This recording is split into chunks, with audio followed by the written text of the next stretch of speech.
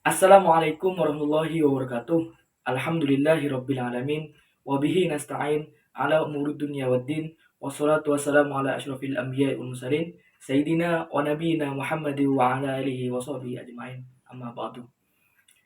Di sini kami dari kelompok 3 akan menjelaskan hasil kerja kelompok kami yang terkait tentang pegadaian konvensional dan pegadaian syariah. Di sini kami beranggotakan 10 orang akan menjelaskan materi terkait pegadaian konvensional dan pegadaian syariah. Yang pertama akan dijelaskan oleh teman saya. Baik, di sini saya akan menjelaskan apa itu pengertian konvensional gadai atau gadai konvensional. Gadai konvensional adalah suatu kegiatan untuk menjaminkan barang-barang berharga seperti handphone, emas, barang-barang elektronik dan sebagainya.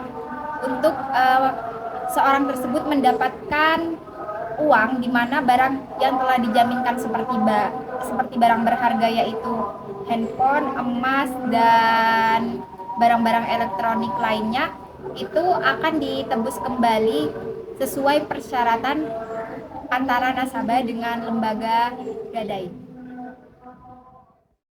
Baik, terima kasih. Di sini saya akan menjelaskan tentang ciri-ciri usaha gadai. Di sini terdapat 3 ciri usaha gadai. Yang pertama, terdapat barang-barang berharga yang digadaikan. Yang dimaksud di sini adalah kita dapat menggadaikan barang-barang kita untuk digadaikan dan memperoleh pinjaman. Seperti contoh, kita menggadaikan sepeda motor kita dan memperoleh pinjaman atau uang setelah menggadaikan barang tersebut. Nah, yang kedua, nilai jumlah pinjaman tergantung nilai barang yang digunakan. Nah, seperti contoh, semakin tinggi semakin tinggi barang yang kita gadaikan, maka semakin tinggi juga kita mendapatkan uang atau pinjaman tersebut. Nah, yang ketiga, barang yang digunakan dapat ditebus kembali. Yang dimaksud di sini adalah kita dapat menebus barang tersebut setelah kita melunasi utang kita dengan bunganya dan sesuai dengan kesepakatan kedua belah pihak. Baik, di sini saya akan menjelaskan tentang materi asal-muasal pegadaian. Dalam sejarah dunia, usaha pegadaian ditemukan di negara Italia, kemudian merambat ke wilayah Eropa lain seperti Inggris, Perancis, dan Belanda. Seperti oleh orang-orang Belanda melalui VOC, usaha pegadaian dibawa masuk ke Hindia Belanda. Di Indonesia sendiri, usaha pegadaian dimulai pada zaman penjajahan Belanda atau zaman VOC. Saat itu tugas pegadaian adalah membantu masyarakat untuk meminjamkan uang dengan jaminan gadai. Pegadaian pertama kali di Indonesia dijalankan oleh perusahaan swasta Belanda atau kemudian diambil alih oleh pemerintah Hindia Belanda. Kemudian dijadikan perusahaan negara. Menurut Undang-Undang Pemerintah Hindia Belanda pada waktu itu diberi nama Dinas Pegadaian. Sekian penjelasan dari saya. Baik, di sini saya akan menjelaskan keuntungan dari usaha gadai konvensional ada 3. Yang pertama yaitu waktu yang relatif singkat untuk memperoleh uang. Jadi uangnya itu didapat hari itu juga dan pemrosesannya itu sangat tidak berbelit-belit, sangat sederhana dalam mendapatkan uang tersebut. Yang kedua yaitu persyaratannya sudah saya katakan sebelumnya, yaitu persyaratannya atau pemrosesannya itu sangat sederhana sehingga memudahkan konsumen untuk memenuhinya. Yang ketiga yaitu pihak pegadaian tidak mempermasalahkan uang tersebut digunakan untuk apa. Jadi terserah para nasabahnya uangnya itu digunakan untuk apa. Selanjutnya yaitu sumber dana pegadaian. Nah, pegadaian sebagai lembaga keuangan non-bank tidak diperkenankan untuk menghimpun dananya secara langsung dari masyarakat, seperti tabungan, giro, dan deposito. Mengingat karakteristik perum pegadaian sebagai lembaga keuangan formal yang aktivitasnya memberikan pinjaman berjangka pendek dalam skala kecil dengan sistem gadai, tidak melakukan penghimpunan dana seperti layaknya bank. Lalu, sumber dana pegadaian dapat dari mana saja? Yang pertama ada modal sendiri, yang kedua pinjaman berjangka pendek dari perbankan, yang ketiga pinjaman berjangka panjang dari kredit likuiditas Bank Indonesia, dan yang keempat penerbitan obligasi. Baik, materi yang selanjutnya yaitu barang yang akan dijadikan jaminan atas pegadaian. Yang pertama yaitu kendaraan. Di Indonesia sendiri, banyak masyarakat yang memiliki kendaraan pribadi seperti motor dan mobil. Seperti kita buktikan, di daerah ibu kota banyak sekali terjadi kemacetan. Nah, Kendaraan motor dan mobil bisa dijadikan barang gadai. Syaratnya yang pertama harus memiliki garansi dan surat-surat lengkap lainnya. Yang kedua yaitu emas. Siapa sih yang tidak mengenal emas? Emas berupa perhiasan ataupun emas batangan sangat bernilai. Maka dari itu, emas sangat bisa dijadikan sebagai barang jaminan atas pegadaian. Yang ketiga yaitu kamera. Banyak yang belum mengetahui bahwa kamera juga bisa dijadikan barang jaminan atas pegadaian.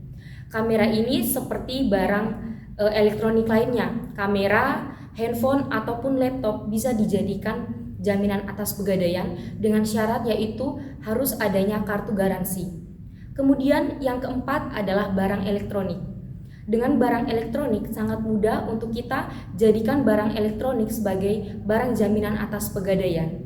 Karena barang elektronik terdapat di rumah kita masing-masing seperti kompor, televisi, mixer, dan alat rumah tangga lainnya. Selanjutnya yaitu prosedur peminjaman. Yang pertama, nasabah bisa datang langsung ke Pegadaian untuk mendapat informasi mengenai Pegadaian, seperti barang jaminan, jangka waktu pengembalian, jumlah pinjaman, serta bunga pinjaman. Yang kedua, nasabah yang sudah mengetahui prosedurnya dengan jelas bisa langsung datang ke bagian penaksir dengan membawa barang jaminan untuk menaksir nilai jaminan yang akan diberikan. Untuk penyerahan barang jaminan tersebut dengan membawa identitas diri seperti KTP. Yang ketiga, apabila barang jaminan sudah ditaksir, langkah selanjutnya yaitu menentukan jumlah pinjaman serta sewa modal atau bunga pinjaman yang akan dikenakan, yang kemudian diinformasikan kepada nasabah.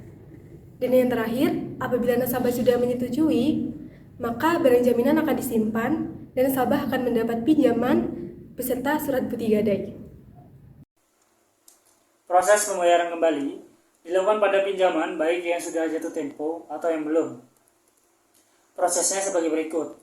Pertama, pembayaran kembali disertai sewa modal dilakukan di kasir dengan menunjukkan surat bukti gadai dan melakukan pembayaran.